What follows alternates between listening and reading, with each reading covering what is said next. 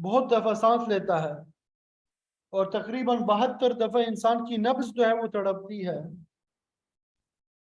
انسانی سانس سوتے جاگتے چلتے پھرتے کسی حالت میں بھی منقطع نہیں ہوتی۔ تو اس طرح انسان کو 24 گھنٹوں میں کم و بیش 24,000 نعمتیں سانس کے ذریعے حاصل ہوتی ہے۔ انسان صرف اپنی نعمتوں کا شکر ادا نہیں کر سکتا، چاہے جائے کہ وہ باقی تمام نعمتوں کا بھی حق ادا کرے۔ انسانی زندگی کے لیے سب سے ضروری چیز ہوا کو اللہ تعالیٰ نے بالکل فری کر دیا۔ یہ ہر جاندار کو بالکل مفت حاصل ہوتی ہے۔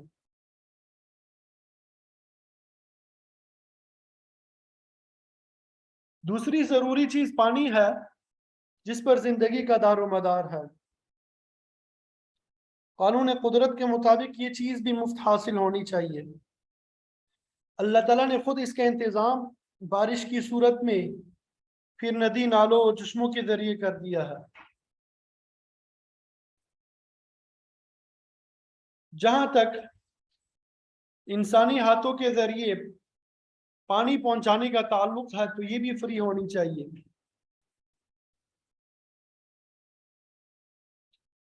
فرمایا کہ ہم نے آسمان کی طرف سے پانی نازل فرمایا، فَأَخْرَجْنَا بِهِ نَبَاتَ كُلِّ شَيْءٍ، اور اس کے ذریعے ہر قسم کے پودے نکالے۔ تمام فصلیں باغات پانی ہی کے مرہون منت ہے۔ جب بارش نہیں ہوتی تو نہ فصلیں اور سبزیاں اگتی ہے نہ درخت پھل لاتے ہیں، تو فرمایا پانی نازل کر کے فَأَخْرَجْنَا مِنْهُ خَضِرًا، ہم سبزہ نکالتے ہیں، اور پھر نُخْرِجُ مِنْهُ حَبًّا مُتَرَاكِبًا، اس سے تہ درتے دانے نکالتے ہیں۔ ہر خوشب پہلے سبز رنگ کا ہوتا ہے، پھر پک کر سرخ ہو جاتا ہے اور اس سے بے شمار دانے پیدا ہوتے ہیں۔ کہیں جوار پیدا ہوتی ہے، کہیں باجرہ، کہیں مکئی، کہیں گندم پیدا ہوتی ہے۔ تو ایک ایک پودے سے بے شمار دانے اللہ تعالیٰ فرماتا ہے، پیدا فرماتا ہے۔ تو اسی لیے فرمایا کہ پانی نازل کر کے ہم سبز پودا پیدا کرتے ہیں اور پھر اس میں تہ برتے بے شمار دانے پیدا کرتے ہیں۔ تو عام اناج کا ذکر کرنے کے بعد فرمایا وَمِنَ النَّخْلِ، اور ہم پانی کے ذریعے کھجورے بھی پیدا کرتے ہیں، اور ان کی پیدائش کی صورت یہ ہے مِن طَلْعِهَا قِنْوَانٌ دَانِيَةٌ، یہ کھجور کے درخت کی شاخوں میں گچھے ہوتے ہیں جھکے ہوئے۔ کھجور کے ایک ایک گچھے میں ڈھیروں کھجوریں ہوتی ہے جن کے وزن کی وجہ سے شاخیں جھک جاتی ہے۔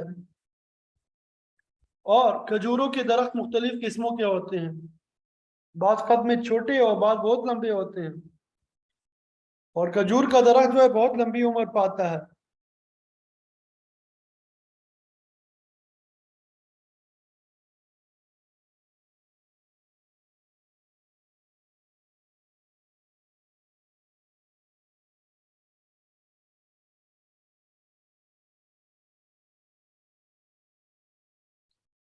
پھر دوسرے نمبر پہ اللہ تعالیٰ نے انگور کا ذکر فرمایا وَجَنَّاتٍ مِّنْ أَعْنَابٍ، انگور کے باغات بھی اللہ تعالیٰ نے اسی پانی کے ذریعے پیدا کیے۔ انگور کو افضل الاسمار یعنی پھلوں میں سے افضل کہا جاتا ہے۔ اسے جائز طریقے سے بھی استعمال کیا جاتا ہے اور ناجائز طریقے سے بھی۔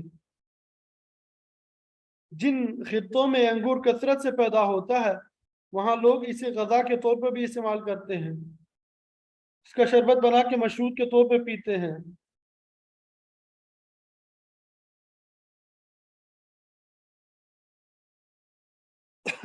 اسی طرح اس سے شراب بنائی جاتی ہے جو کہ حرام ہے۔ سورہ نحل میں موجود ہے کہ اللہ نے کھجور اور انگور جیسے عمدہ پھل پیدا کیے، تتخذون منہ سکرا ورزقا حسنا، جنہیں تم نشے اور عمدہ روزی کے طور پہ استعمال کرتے ہو۔ گویا اس کے ایک ناجائز استعمال شراب کی صورت میں بھی ہے۔ بہرحال انگور ایک اچھا اور عمدہ پھل ہے جو کہ غذائیت سے بھرپور ہے۔ کھجور کے بعد دوسرا نمبر انگور کا ہے۔ تیسرے درجے پہ زیتون کا ذکر فرمایا والزیتون،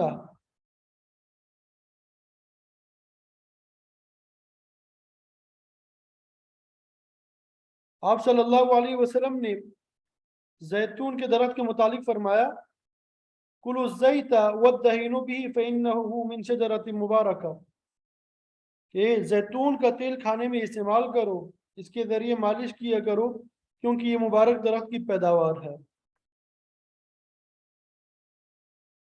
بعض علاقوں میں اسے گھی کی جگہ استعمال کرتے ہیں، یہ سر کے میں لگانے کے کام بھی آتا ہے، پھل بھی کھایا جاتا ہے بالخصوص عرب ممالک میں۔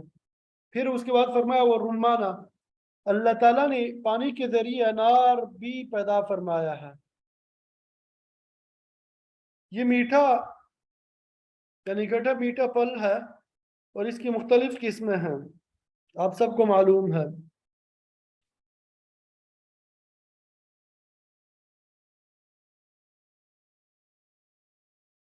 تمام پھلوں کا ذکر کرنے کے بعد اللہ تعالیٰ نے فرمایا مشتبہ وغیرہ متشابہ، یہ پھل ایک دوسرے کے مشابہ بھی ہیں اور بعض غیر مشابہ بھی، یعنی بعض کی شکل ملتی ہے تو ذائقہ الگ ہے، بعض اس کا ذائقہ ذائقہ جو ہے ملتا جلتا ہے تو رنگ مختلف ہے۔ اللہ تعالیٰ نے سورہ رعد میں بھی فرمایا کہ اللہ نے زمین میں انگور کے باغات اور کھیتی کو اور کھجور کے درخت پیدا کیے، یسقى بماء واحد، سب کو ایک ہی پانی سے سیراب کیا جاتا ہے، لیکن کوئی میٹھا ہے، کوئی کڑوا ہے، کوئی کسی کا رنگ کچھ ہے، کسی کا ذائقہ کچھ ہے، شکل کچھ ہے، اور کچھ آپس میں ملتے جلتے ہیں، لیکن خوراک سب کی ایک ہی پائی ہے اور وہ پانی ہے۔ تو اللہ تعالیٰ کی قدرت کا یہ کتنا بڑا کمال ہے، اس میں صاحب عقل لوگوں کے لیے بڑی نشانیاں ہیں۔ تو غور کیجیے آخر یہ سب کچھ خود بخود اپنی نیچر سے ہو رہا ہے یا اسے کرنے والی کوئی ذات موجود ہے؟ خربوزے کے کھیت میں ایک ہی کنویں سے پانی جا رہا ہے، لیکن کوئی خربوزہ میٹھا ہے، کوئی پھیکا ہے، تو یہ تسلیم کرنا پڑے گا کہ یہاں پر اللہ تعالیٰ کی قدرت تامہ اور حکمت بالغہ ہی کار فرما ہے، اس کے علاوہ کوئی ایسی ہستی نہیں ہے کہ اس قسم کے عجیب و غریب کام کر سکے۔ پھر فرمایا انظروا الی ثمرہ اذا اثمر، اس پھل کی طرف دیکھو جب وہ پھل دیتا ہے، وینعی، اور اس کے پکنے کی طرف دیکھو، پہلے اس کا رنگ سبز ہوتا ہے، پھر زرد، اور پھر کوئی سرخ ہو جاتا ہے، کسی کی رنگت زرد ہی رہتی ہے۔ اللہ تعالیٰ انہیں اپنی حکمت بالغہ کے ساتھ پکاتا ہے تاکہ انسان کی غذا جو ہے بن سکے۔ فرمایا ان فی ذلکم لآیات لقوم یؤمنون، ان تمام چیزوں میں اہل ایمان کے لیے نشانیاں ہیں۔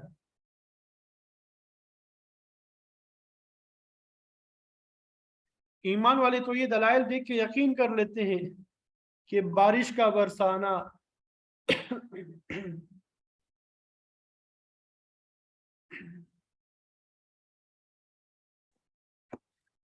کھیتوں اور درخت کا پھل لانا اسی وحدہ لا شریک کا کام ہے، لیکن جو لوگ ایمان سے خالی ہے وہ ان واضح عقلی دلائل سے بھی نصیحت نہیں پکڑتے۔ فرمایا ان تمام دلائل کو دیکھنے کے باوجود مشرکین کا حال یہ ہے وَجَعَلُوا لِلَّهِ شُرَكَاءَ الْجِنِّ، انہوں نے جنات کو الہ کا شریک ٹھہرا لیا، معبود کا شریک ٹھہرا لیا۔ وَخَلَقَهُمْ، حالانکہ اللہ تعالیٰ نے انہیں بھی پیدا کیا، بعض نے انسانوں کو معبود بنا رکھا ہے، بعض نے پتھروں کو، اور بعض نے قبروں کو مشکل کشا سمجھ لیا۔ تو کیا یہ لوگ ذرا غور نہیں کرتے؟ عمارت تعمیر کرتے ہیں تو لوگ جانور ذبح کرتے ہیں تاکہ جنات نقصان نہ پہنچائے، جنوں کو اللہ تعالیٰ کا شریک بنا لیا حالانکہ ان کا خالق بھی وہی ہے۔ اور پھر مشرکین نے یہ ظلم عظیم بھی کیا وَخَرَقُوا لَهُ بَنِينَ وَبَنَاتٍ، کہ اللہ تعالیٰ کے لیے بیٹے اور بیٹیاں گڑھ لیے بغیر علم کے، یعنی صرف جہالت کی وجہ سے۔ عیسائیوں نے عیسیٰ علیہ السلام کو اللہ کا بیٹا ٹھہرا لیا، یہودیوں نے عزیر علیہ السلام کو بیٹا تسلیم کر لیا، اور کسی نے کہہ دیا الملائکۃ بنات اللہ، کہ فرشتے اللہ کی بیٹیاں ہے، لیکن اللہ تعالیٰ نے فرمایا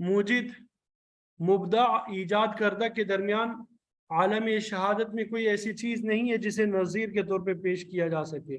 یعنی موجد اور ایجاد کردہ کے درمیان ایسی نسبت پائی جاتی ہے کہ اس کی کوئی مثال کائنات میں موجود نہیں ہے.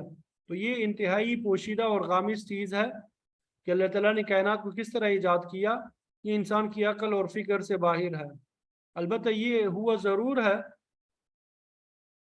اور اس کی موجودگی ہی اس کا ثبوت ہے کہ مجموعی کائنات اللہ تعالیٰ کی تجلیات اور صفات کے نتیجے میں معرض وجود میں آئی ہے، کیونکہ اس کے وجود سے پہلے نہ کوئی نمونہ تھا، نہ مادہ اور نہ ایجاد کرنے کا کوئی آلہ.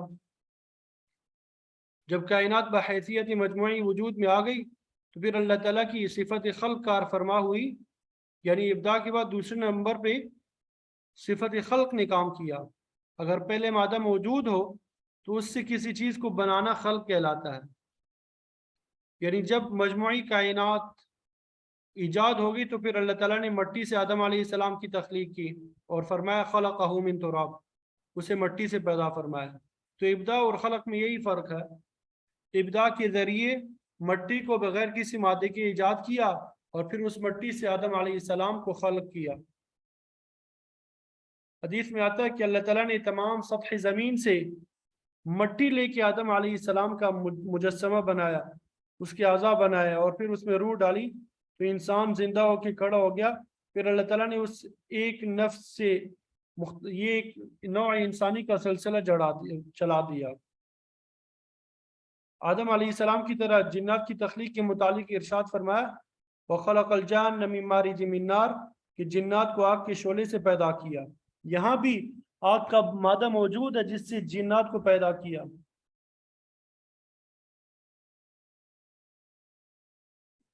جب کوئی چیز تیار ہو جاتی ہے تو اس کے بعد اللہ تعالیٰ کی صفت تدبیر کام کرتی ہے.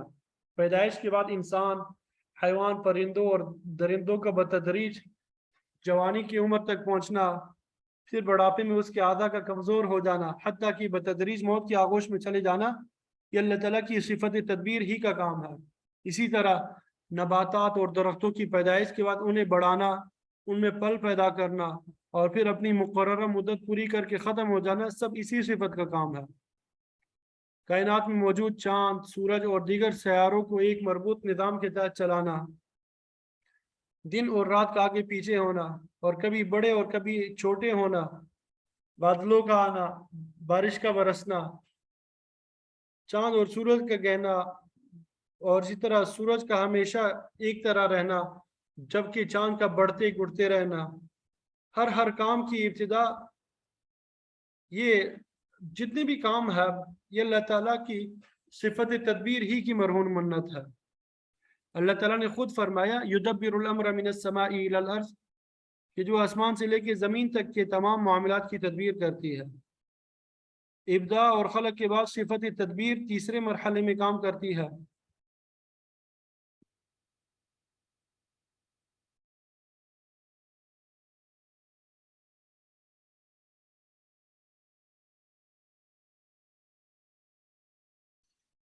شاہ صاحب رحمۃ اللہ علیہ فرماتے ہیں کہ عرش الہی کے نیچے حضیرت القدس میں تمام انسانیت کا ایک مجسم نمونہ پایا جاتا ہے. اس کو امام میں نوع انسانی یا روح اعظم کہتے ہیں. اسی نمونے پہ دنیا میں ہر انسان کی تخلیق ہوتی ہے. بعض احادیث میں آتا ہے کہ ماں کے پیٹ میں بچہ جب چوتھے چلے میں داخل ہوتا ہے تو جو روح اس میں ڈالی جاتی ہے وہ روح اعظم کا عکس ہوتا ہے، اور اس عکس میں اللہ تعالیٰ کی اس تجلی کا عکس بھی ہوتا ہے جو عرش پہ پڑتی ہے، اور پھر اس کا اثر حضیرت القدس کی معرفت روح اعظم میں بھی ہوتا ہے، اور یہی اثر پھر ہر انسان کی روح میں بھی آتا ہے. مقصد یہ کہ ہر نومولود کی روح میں اللہ تعالیٰ کی تجلی اعظم کا عکس ضرور پایا جاتا ہے جسے تدلی کا نام دیا گیا. اسی وجہ سے ہر انسانی روح کی کشش اوپر اللہ تعالیٰ کی طرف ہوتی ہے. اس دنیا کے مادی دندوں میں پھنس کے انسانی روح کی حالت ایسے نیم بے ہوش آدمی کی طرح ہو جاتی ہے جسے کلوروفارم سونگا دیا گیا ہو جس دن اس کلوروفارم کا اثر زائل ہو جائے گا تو آدمی کو ہوش آ جائے گا اور تجلی اعظم کا عکس انسان کو اوپر کی طرف کھینچے گا۔ پھر اگر اس نے اس دنیا میں رہ کے ایمان حاصل نہیں کیا تو اس کا اوپر جانا نہایت دشوار ہو جائے گا، وہ اوپر کی بجائے نیچے کی طرف جائے گا، جس کی وجہ سے اسے سخت تکلیف ہوگی۔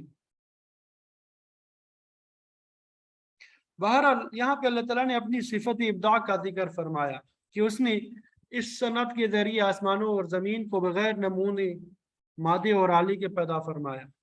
تو یہ تمام کائنات کی ایجاد کا تذکرہ ہے، کیونکہ اس سے پہلے کچھ نہیں تھا۔ پھر جب یہ چیز مہارج وجود میں آ گئی تو اللہ تعالیٰ نے باقی اشیاء اور اس کے مادے پیدا فرمائے۔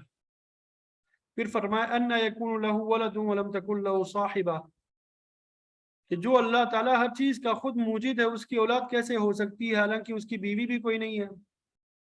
اولاد جو ہے وہ تو اجسام کے قبیلے سے ہوتی ہے، وہ اپنے باپ کے ہم جنس مشابہ ہوتی ہے، لیکن اللہ تعالیٰ تو اجسام کے قبیلے سے ہے نہیں، تو اس کی اولاد پھر اس کے مشابہ ہونے کا سوال ہی پیدا نہیں ہوتا۔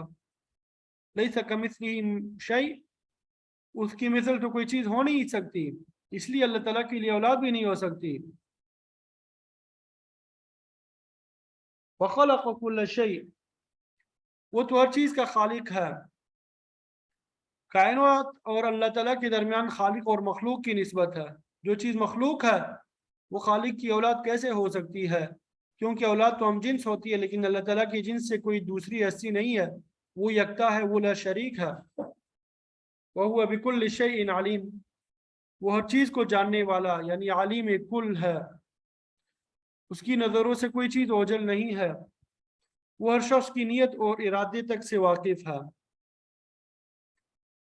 تو اس کی اولاد ثابت کرنا، اس کا شریک ٹھہرانا، یہ ناقابل معافی جرم ہے۔ ذالکم اللہ ربکم، یہی اللہ تعالیٰ تمہارا پروردگار ہے جو تمہیں پیدا کر کے بتدریج درجہ کمال تک پہنچاتا ہے۔ یا لا الہ الا ہو، اس کے علاوہ کوئی معبود نہیں ہے، عبادت کے لائق وہی ہو سکتا ہے جو موجود اور عالم کل ہو۔ چونکہ یہ صفات کسی دوسری ذات میں نہیں پائی جاتی، اس لیے اس کے علاوہ معبود بھی کوئی نہیں ہو سکتا۔ خالق کل شیء، پھر فرمایا کہ ہر چیز کا خالق وہی اللہ ہے، فاعبدو، تو اس کی عبادت کرو۔ تو چونکہ اللہ تعالیٰ کے علاوہ جن فرشتے انبیاء سب مخلوق ہے، اس لیے ان میں سے کوئی بھی معبود نہیں ہو سکتا، یہ سب اسی کی عبادت کرنے پہ مامور ہے۔ وَهُوَ عَلَى كُلِّ شَيْءٍ قَدِيرٌ، اور اللہ تعالیٰ ہر چیز کا کارساز ہے، بگڑی کو بنانے والا وہی ہے، ہر چیز کا تصرف اسی کے پاس ہے، اس لیے ہر قسم کی حاجت جو ہے وہ اللہ تعالیٰ کے سامنے بیان کرنی چاہیے اور اسی کے سامنے مدد کے لیے ہاتھ پھیلانا چاہیے۔ تو یہ بات عام تعلیم کے دوران بھی سمجھائی جاتی ہے کہ اللہ تعالیٰ جو ہے صرف اللہ تعالیٰ سے ہی مدد مانگو، اور پھر فرمایا لا الہ الا ہو فاتخذہ وکیلا، چونکہ اس کے علاوہ کوئی معبود نہیں ہے، اس لیے ہر کام میں کارساز بھی اسی کو پکڑ لو، وہی تمہارے کام بنائے گا، وہی بگاڑے گا، اور یہ صفت صرف اسی کے لیے خاص ہے، باقی سب اس کے عاجز بنتے ہیں۔ یعنی جب بھی مدد طلب کرنی ہو اللہ تعالیٰ سے ہی مدد طلب کرو۔ پھر آگے آیت لا تدرکہ الابصار وہو یدرک الابصار، اس کی تفسیر انشاءاللہ کل بیان کریں گے۔ اللہ تعالیٰ سے دعا ہے کہ اللہ تعالیٰ ہم سب کو عمل کی توفیق عطا فرمائے۔